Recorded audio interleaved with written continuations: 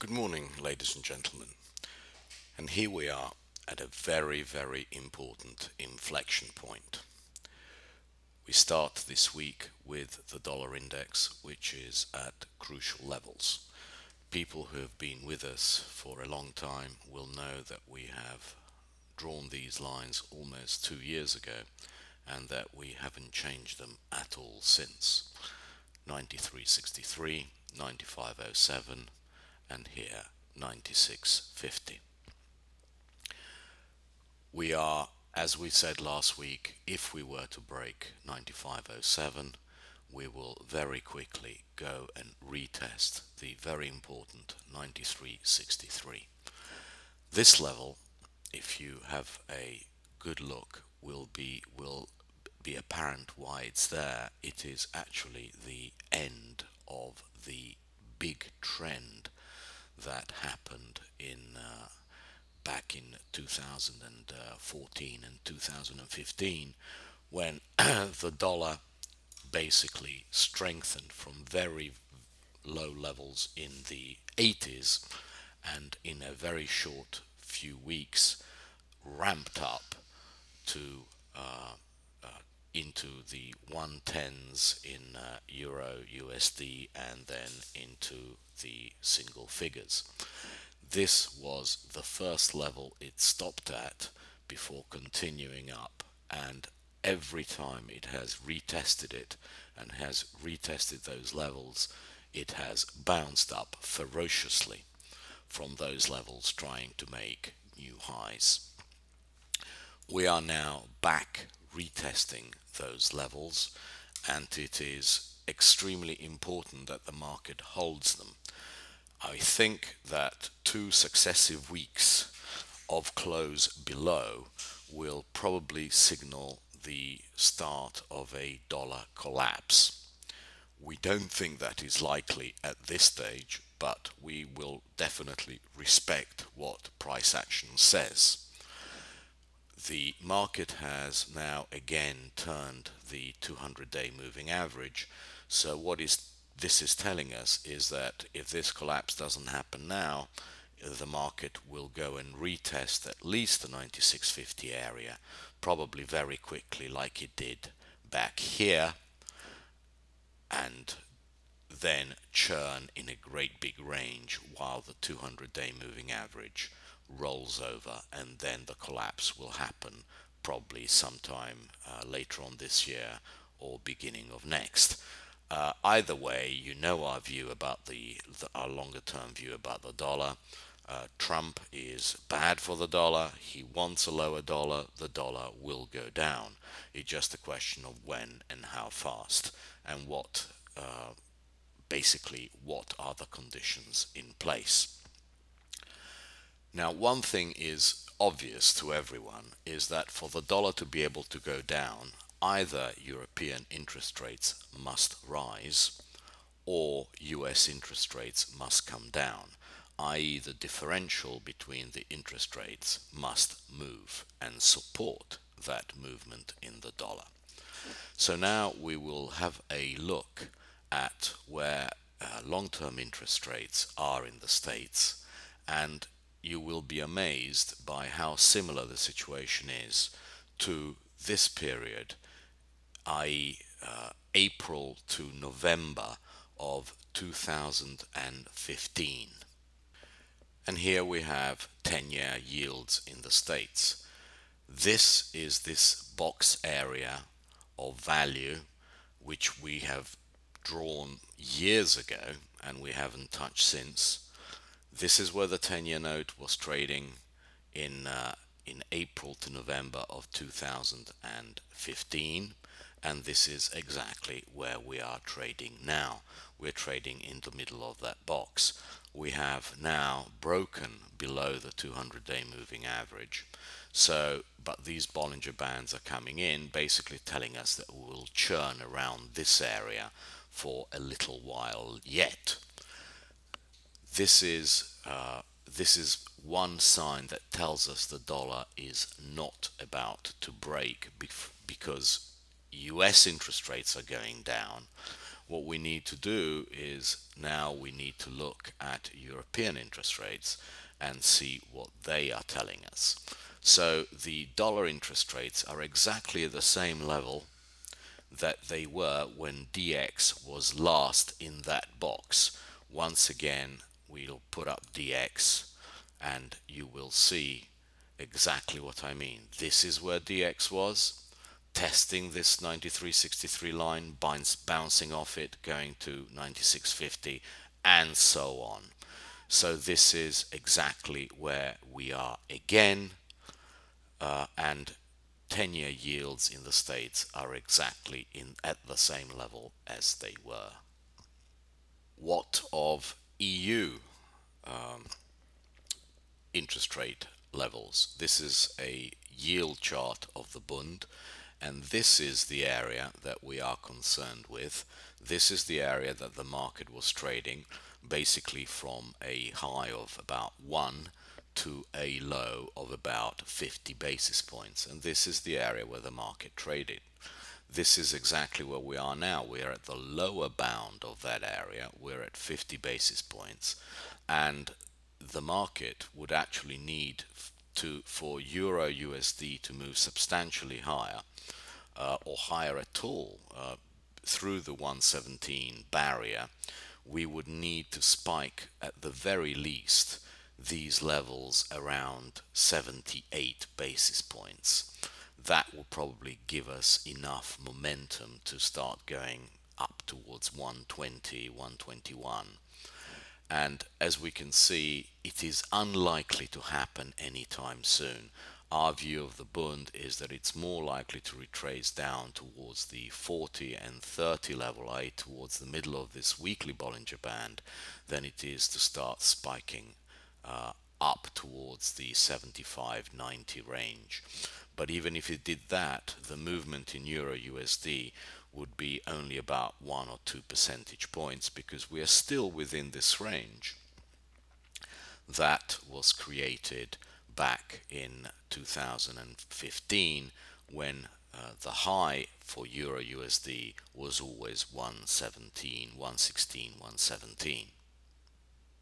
Moving on to the Schatz, the levels that we are concerned with are here, are at minus 25 basis points basically, minus 25 to minus 15. We are now at minus 63, so we are considerably lower than we were in 2015, when the dollar index was trading at approximately the same levels as it is now. So we need this, the Schatz, to make substantially higher highs in yield, and even that would only bring it back to levels it was at in 2015. That is why we think it is unlikely that the dollar is going to have enough legs to break the level just now. That is why we think we are more likely, as we go back to the dollar index, to actually start making a head and shoulders.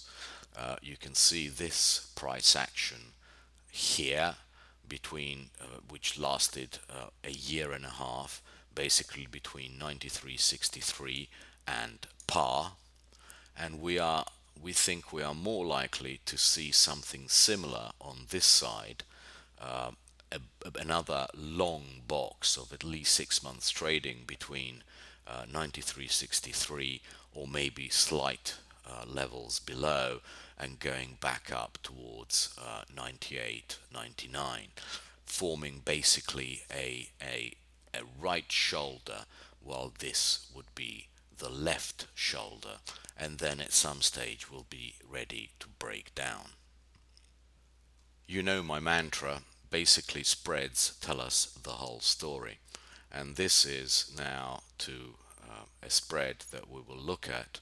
This is SPY against FEU. FEU is Stoxx in EU in US dollars, so looking at a constant currency.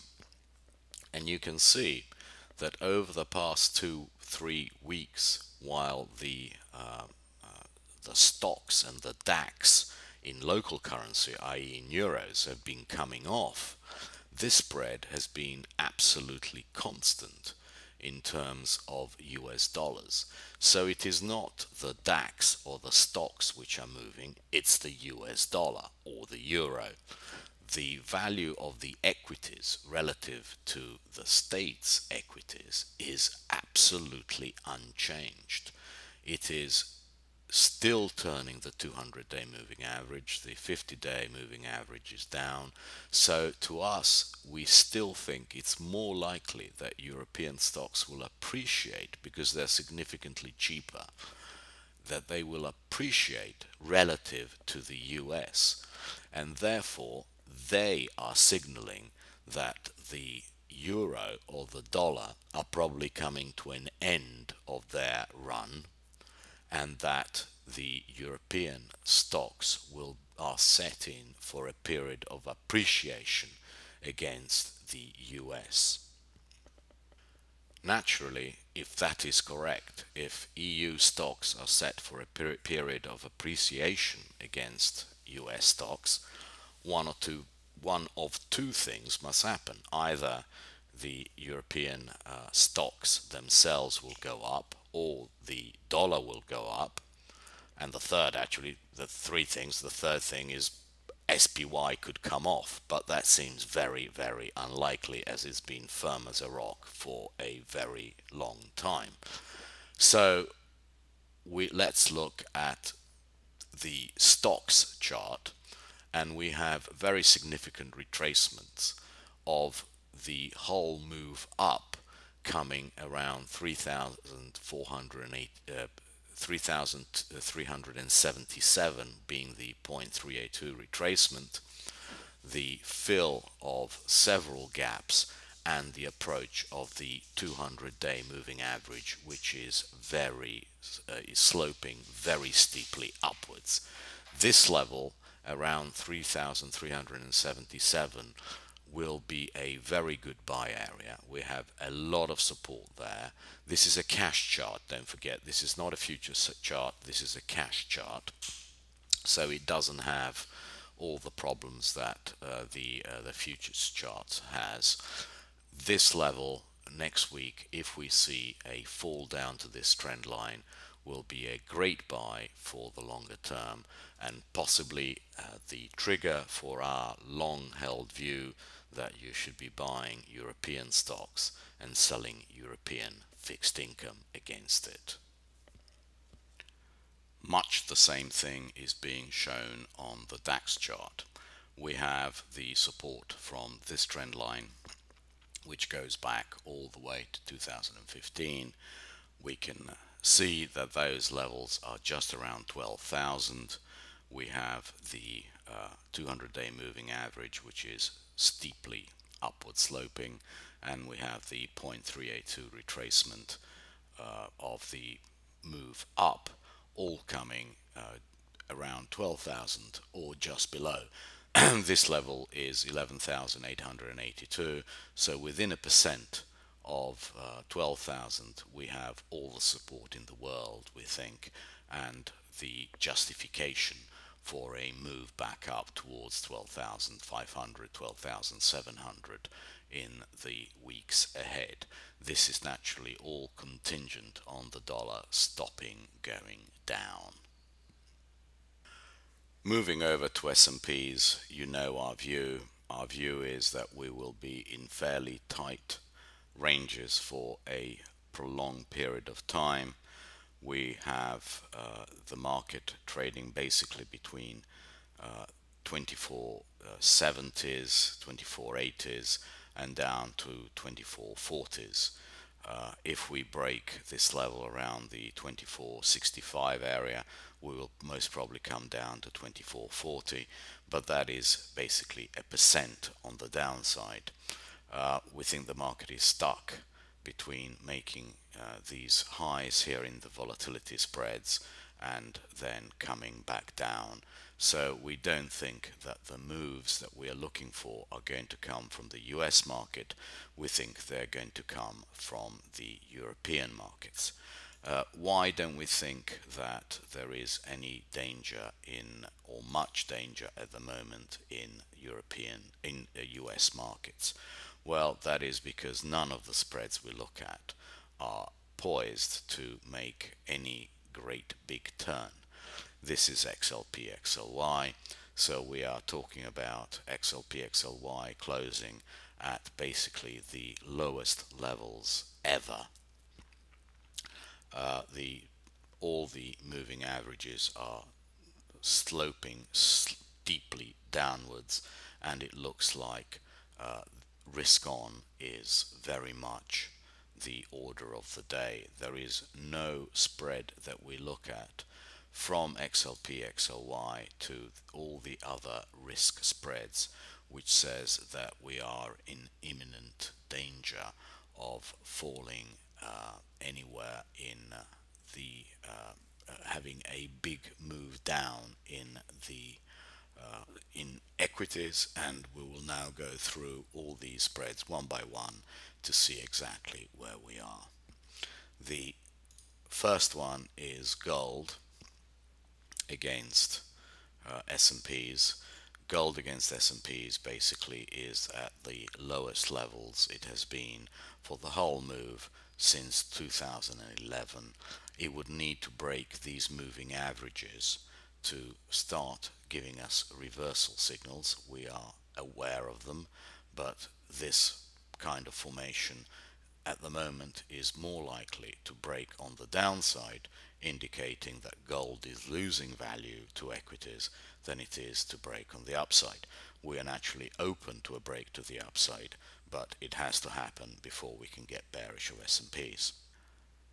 XLK against the S&Ps, so technology against the S&Ps, the one we wanted to buy right here, which never gave us the opportunity, missed it by almost nothing, less than 1%, and you can see what it's done. It's rallied a good 4-5%.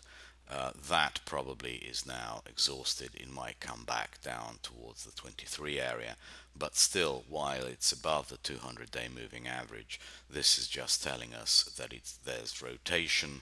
Rotation comes in and out of technology. It can look spectacular on a 1-day or a 2-day move, especially in Nasdaq, but actually it's just rotation, and the market 2-3 days later just pops back up.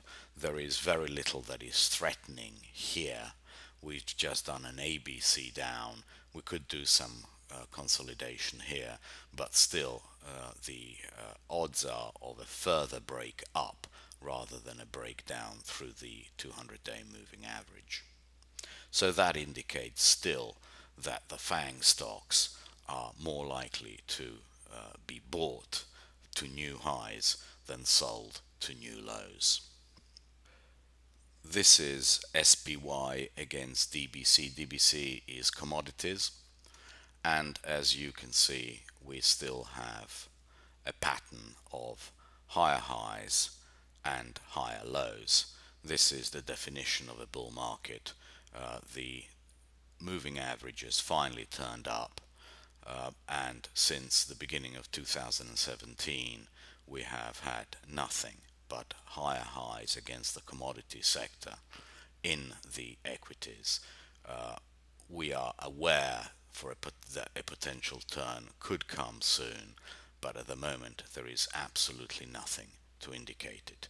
This market has been in a firm uptrend for years, and there is no reason to suspect that we are at a turning point. There is certainly no chart pattern.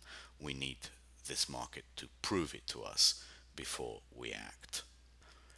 SPY TLT, so the stock market against bonds, long-term bonds, 20 to 30 years. Nothing really threatening here. 200-day moving average sloping steeply upwards. The market in a new consolidation level above 188.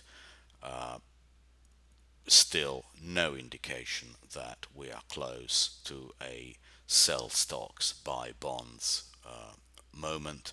But however, we are aware that we could be getting there because, as we said at the beginning of this video, if the dollar were to keep on dropping, that would be because interest rates in the States, the differential interest rates between the States and Europe, has to come down.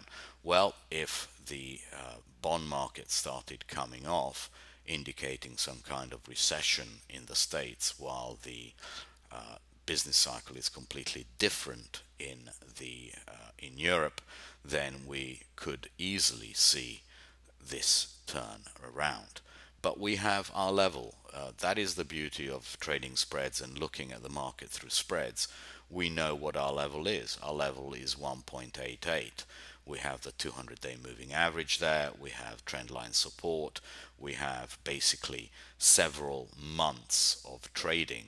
Don't forget that this is the Trump rally just after his election, and it never went below that level. So we know that 1.88 is going to be extremely significant, and if the market starts coming down through it and breaking these highs, we know that there's something very, very wrong in the market. At the moment, that is not shown, and therefore we still have to go with risk on equities over bonds. But finally, a word of warning. This chart is extremely worrying. This again is XLF, so the financial sector, which has approximately a 20% weighting in the S&Ps. This is your JPM Morgans, this is your Goldman Sachs, all the people who have reported pretty good numbers over the past few days.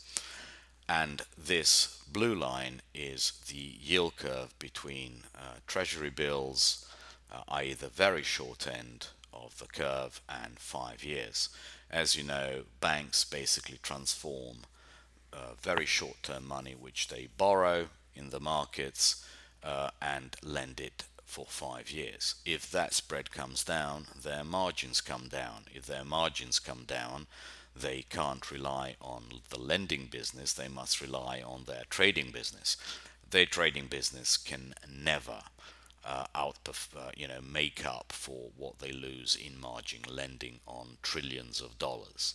Therefore, this spread has never been wider in its history. And therefore we think that XLF could be an accident waiting to happen. And we will definitely be buying some puts in XLF against some other market, because this is certainly not a very encouraging picture for XLF. It's not an encouraging picture for equities at all, because why is the yield curve collapsing? Why? Well, it's collapsing, one, because treasury bills are finally making new highs. They've recently moved all the way to 1%. But why isn't the 5-year moving at least in parallel with it? Why isn't the yield curve steepening if things are going so well in the States? Why is the yield curve flattening? Well, that's probably because inflation in the States is non-existent, and the market is telling you that inflation will continue being non-existent, in which case you have a good environment for some sectors, i.e. industrials, but you have a bad environment for XLF. So now let us look at a chart of XLF against XLI. Industrials against financials. Very little to see here. You see how the industrials vastly outperformed financials in 2008 and in 2009, and have basically continued that level of outperformance. We are really at the levels on that spread that we saw at the worst of the crisis in 2009. This chart is still not confirming that we are out of the woods, from the very bad scenario that we had in 2009. We don't know what to make of this chart. It's certainly a warning chart. If XLF cannot strengthen at all, uh, uh, it, all its strengthening against XLI is very marginal. You can see very, very, very small moves. XLI is still very strong compared to XLF, and that probably tells us that interest rates are going to stay low for an extended period of time. Just a couple of words about our super cycles, the trades that we are very excited about for the long term, which is emerging markets over the US market. No real change last week. In fact, no change whatsoever. If we try to zoom in to this area, we will see that there is almost no action last week. The 200-day moving average is slowly turning. We probably need to have several more weeks of price action below these levels. Remember this 0.1799. Once we break that to the upside, we will be in full unadulterated trend, long EEM, short SPY, or basically emerging markets outperforming stocks in the States on the upside. At the moment, we're still in no man's land, but to us it's very significant that the market is holding these levels, which it rejected very, very seriously last year, and it's holding them. It's not letting go of the gains. Any retracements are very marginal, so that encourages our view that at some stage we'll have a significant pop in EM over SPY. Finally, our biases for next week. We still think the US is in consolidation. 10 basis points ranges in 5 and 10 years. We think the Bunds and the bobble. We see still no reason to be short of them, i.e. looking for higher yields. We think the market is now in a very lethargic period in summer. 160 is our very important level in the Bunds. Below that we have to be short, i.e. looking for higher yields, but we are not seeing any pressure on the European fixed income market. If anything, the European fixed income market is consolidating at higher prices, just as we said here.